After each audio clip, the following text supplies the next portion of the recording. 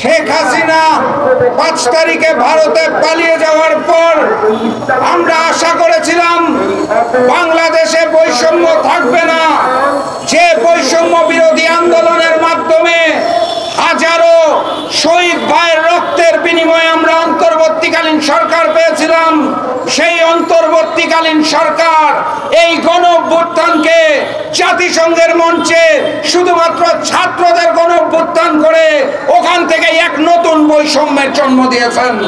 আমাদের অন্তর্বর্তীকালীন সরকারের প্রধান উপদেষ্টা দায়িত্ব গ্রহণের পর থেকে সবসময় ওনার বক্তব্যে বলে আসছিলেন ছাত্র জনতা, ছাত্র জনতা। যেখানে এই গণ অভ্যুত্থানের পিছনের একটা বড় অংশ বিরোধী দলগুলোকে বাদ দিয়ে দেওয়া হচ্ছিল।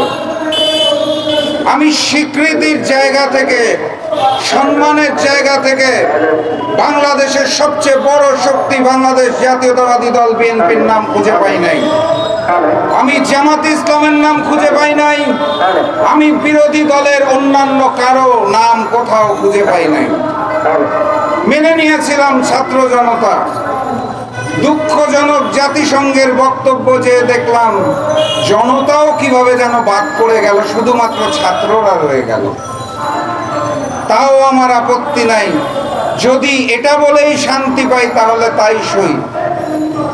আমি আশা করেছিলাম অন্তর্বর্তীকালীন সরকারের প্রধান উপদেষ্টা দায়িত্ব গ্রহণের আগে দেশের বাইরে থেকে 7 সিস্টার এবং ভারত সম্পর্কে মেসেজ দিয়েছিলেন। আমি খুব আশা নিয়ে বক্তব্য শুনতে বসেছিলাম। জাতিসংঘের বক্তব্যে আমার দেশের প্রধান উপদেষ্টা ভারতকে নিয়ে একটি টু শব্দও করেন নাই। আমি আশা করেছিলাম ভারত কর্তৃক সীমান্তে হত্যা নিয়ে উনি কথা বলবেন। আমি আশা করেছিলাম 54টি অভিন্ন নদীর পানি বন্টন নিয়ে উনি কথা বলবেন। সারা দুনিয়ার সামনে উনি বাংলাদেশের বর্তমান পরিস্থিতি এবং ভারতের আগ্রাসন তুলে ধরবেন। কিন্তু দুঃখজনক হলেও সত্যি, আমার দেশের অন্তর্বর্তীকালীন সরকারের প্রধান ছাত্র গণ অভ্যুত্থানের বক্তব্য রেখে সংক্ষিপ্ত আকারে উনি শেষ করে দিয়েছেন। এটা আমাদের জন্য ব্যথা, এটা আমাদের জন্য বেদনাদায়ক। শেখ হাসিনা 5 তারিখে ভারতে পালিয়ে যাওয়ার পর আমরা আশা করেছিলাম বাংলাদেশে বৈষম্য থাকবে না। যে বৈষম্য বিরোধী আন্দোলনের মাধ্যমে হাজারো শহীদ ভাইয়ের রক্তের বিনিময়ে আমরা অন্তর্বর্তীকালীন সরকার পেয়েছিলাম, সেই অন্তর্বর্তীকালীন সরকার এই গণ অভ্যুত্থানকে জাতিসংঘের মঞ্চে শুধুমাত্র ছাত্রদের গণ অভ্যুত্থান করে ওখান থেকে এক নতুন বৈষম্যের জন্ম দিয়েছেন। আমি স্পষ্ট ভাষায় বলতে চাই, এই গণ অভ্যুত্থান ছাত্র ছিল, যুব ছিল, শ্রমিক ছিল, কৃষক ছিল, সকল ধর্মের মানুষ ছিল, বিএনপি জামাত সহ বিরোধী দল ছিল। বৈষম্য সৃষ্টি করার চেষ্টা করবেন না।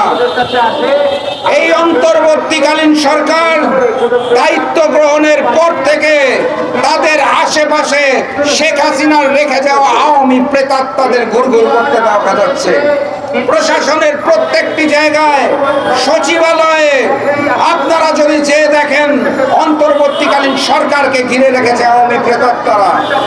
এখনো তাদের অপসারণ করা হচ্ছে না। নতুন নিয়োগের ক্ষেত্রে আওয়ামী প্রেতাত্মাদের নিয়োগ দেওয়া হচ্ছে। কথাবার্তা পরিষ্কার, আওয়ামী প্রেতাত্মা শেখ হাসিনা এবং আওয়ামী লীগের গণহত্যাকারীদের দোষরদের আমরা অন্তর্বর্তীকালীন সরকারের আশেপাশে কোথাও দেখতে চাই না। আগামীর সুন্দর এবং গণতান্ত্রিক গণতান্ত্রিকামী বাংলাদেশ গঠন করতে হলে এখনো সময় আছে। ভারতকে স্পষ্ট ভাষায় নির্দেশনা দিন, শেখ হাসিনাকে ফেরত আনুন, বিচারের মুখোমুখি করুন এবং এই আওয়ামী প্রেতাত্মাদের আপনাদের পাশ থেকে সরান। সংগ্রামী সাথী এবং বন্ধুগণ, আমি মিডিয়ার ভাইদের মাধ্যমে বিনীতভাবে জানাতে চাই, তিস্তার বাঁধ ভারত আবারও খুলে দিয়েছে। আমার বাড়ি উত্তরবঙ্গের পঞ্চগড়ে। উত্তরবঙ্গের বিভিন্ন জায়গায় লালমনিরহাট, গাইবান্ধা, রংপুর সহ বিভিন্ন অঞ্চলে বন্যা প্লাবিত হয়ে গেছে। ছাত্র সমন্বয়কদের বলতে চাই, শুনেছি আপনারা কোটি কোটি টাকা নাকি ব্যাংকে জমা রেখেছেন, সেখান থেকে সুদ আসবে, আসুক।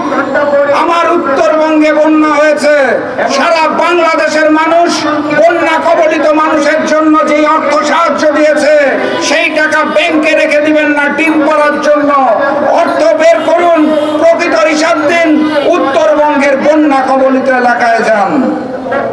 দুর্নীতি এবং বৈষম্যকে দূর করার জন্য যে আন্দোলন হয়েছিল, সেই আন্দোলনের সুফলে আপনারা যারা ভোট করছেন, নতুন করে দুর্নীতি এবং নতুন করে বৈষম্য সৃষ্টি করবেন না। কথাবার্তা পরিষ্কার, আন্দোলন শেষ হয় নাই, আন্দোলন চলছে। আবারও সকলে মিলে সেই গণতান্ত্রিক বাংলাদেশ যেটা ভোটের মাধ্যমে হবে, সেই আন্দোলন কিন্তু শেষ হয় নাই।